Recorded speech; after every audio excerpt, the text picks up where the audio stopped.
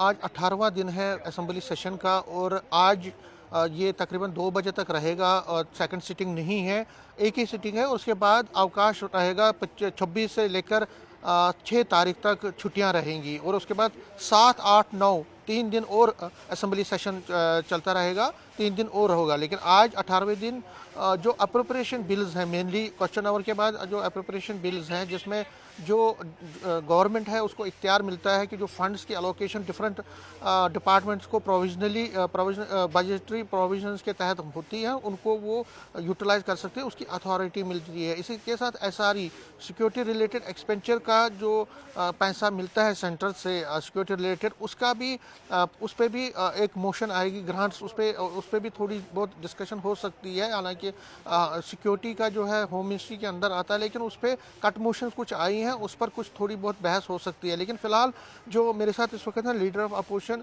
Jammu Kashmir assembly Sunil Sharma सबसे पहले पहुंच जाते हैं असेंबली में, इसलिए हमें मौका मिलता है उनके साथ बात करने का।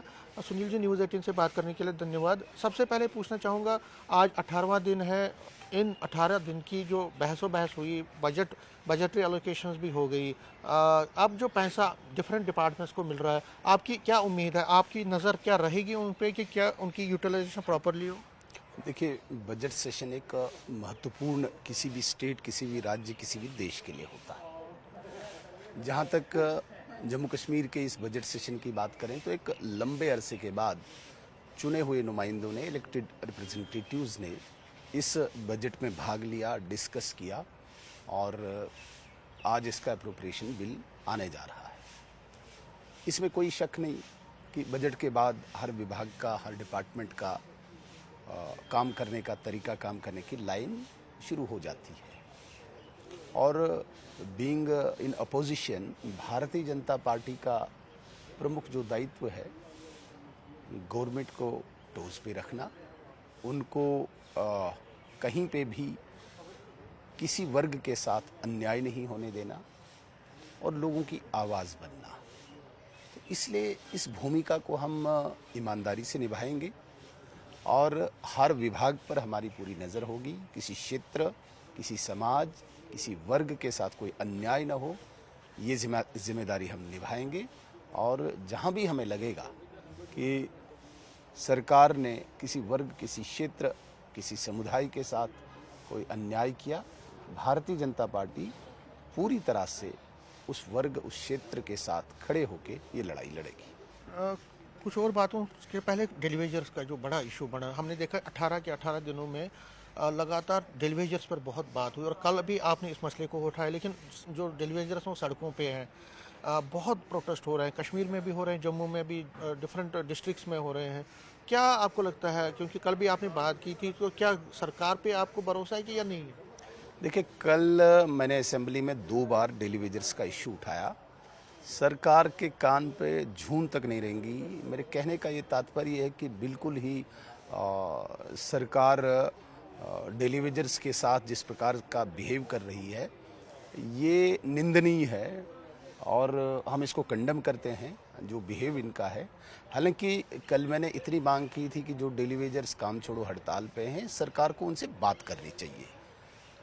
आपने बेशक कमेटी बनाई है और कमेटी की रिपोर्ट 6 महीने के अंदर आएगी, लेकिन बात करने से आपको क्या जाता है? ये घमंड में है, ये गरूर में है। शेख मोहम्मद अब्दुल्ला साहब की तीसरी पीढ़ी है और एक डायनास्टिक उस माइंड सेट के लोग हैं। इन्हें लगता है कि पता नहीं डेलीवेजर्स के साथ सरकार बात करेगी तो हम बोने पड़ जाएंगे, हम छोटे पड़ जाएंगे। ये बड़ा दुर्भाग्य है। वो व्यक्ति जो मुझे लगता है कि बेसिक एमिनिटीज़ इस वक्त प्रोवाइड कर रहा है सोसाइटी को पानी की शक्ल में, और आज पूरे जम्मू कश्मीर में हाहाकार मचा है, किल्लत आ गई है पानी की। पिछले 3 दिन से जो काम छोड़ो हड़ताल थी और इसको एक्सटेंड किया है 72 डेज़ के लिए, और उनकी समस्या सुनने के लिए सरकार बिल्कुल भी कोई कदम नहीं उठा रही है। बड़ी बदकिस्मती है। हम डेलीवेजर्स के साथ हैं और डेलीवेजर का मुद्दा हमारे लिए प्राथमिकता है। बदकिस्मती है कि हमारी सरकार नहीं बनी, अन्यथा हरियाणा और दिल्ली की तर्ज पे हमने अपने वादे निभाए होते। अब इन सरकार ने निभाना है और हम विपक्ष में हैं। विपक्ष में हम डेलीवेजर्स की आवाज़ हैं, सदन में भी हैं, बाहर भी।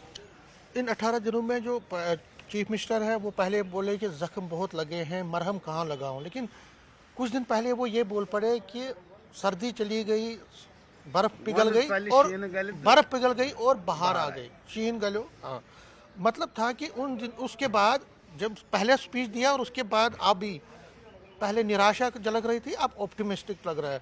तो स्टेटहुड का कुछ लग रहा है आपको कि उनको सेंटर से कुछ मिला होगा तभी वो ये बात है?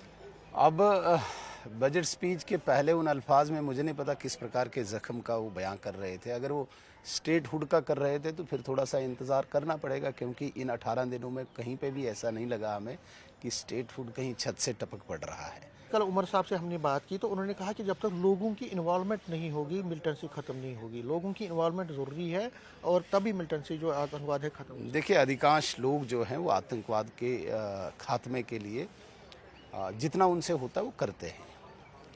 मैं कहता हूं कि लोगों की सपोर्ट तो चाहिए, लेकिन उमर साहब को एक बात और कहनी चाहिए कि जो ऐसा एलिमेंट, जो ऐसा तत्व इस जम्मू कश्मीर में अभी भी छुपा है, जो आतंकवाद की हमदर्दी रखता है, जो आतंकवाद को सपोर्ट करता है, जो आतंकवाद को फैसिलिटेट करता है, जो आतंकवाद को लॉजिस्टिक प्रोवाइड करता है, उसको जब तक खात्मा किया जाए तब तक आतंकवाद पूरी तरह से ख़त्म नहीं होगा।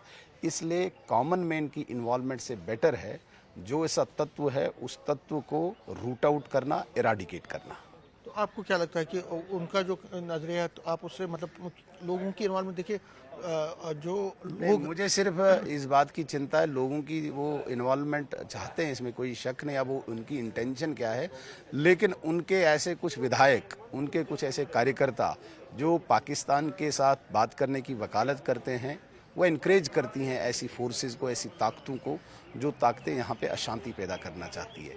इसलिए सबसे पहले उनको अपनी पार्टी के अंदर, अपने विधायकों के अंदर एक विश्वास बनाना होगा कि ये देश हमारा है, यहाँ की शांति की इन्वॉल्वमेंट हमें करनी चाहिए। जिस पाकिस्तान के आतंकवादी के डर से इनके विधायक सिक्योरिटी कवर रखते हैं, उसी पाकिस्तान से बात करने की भी वकालत करते हैं। वो दोहरा चरित्र दिखाता है।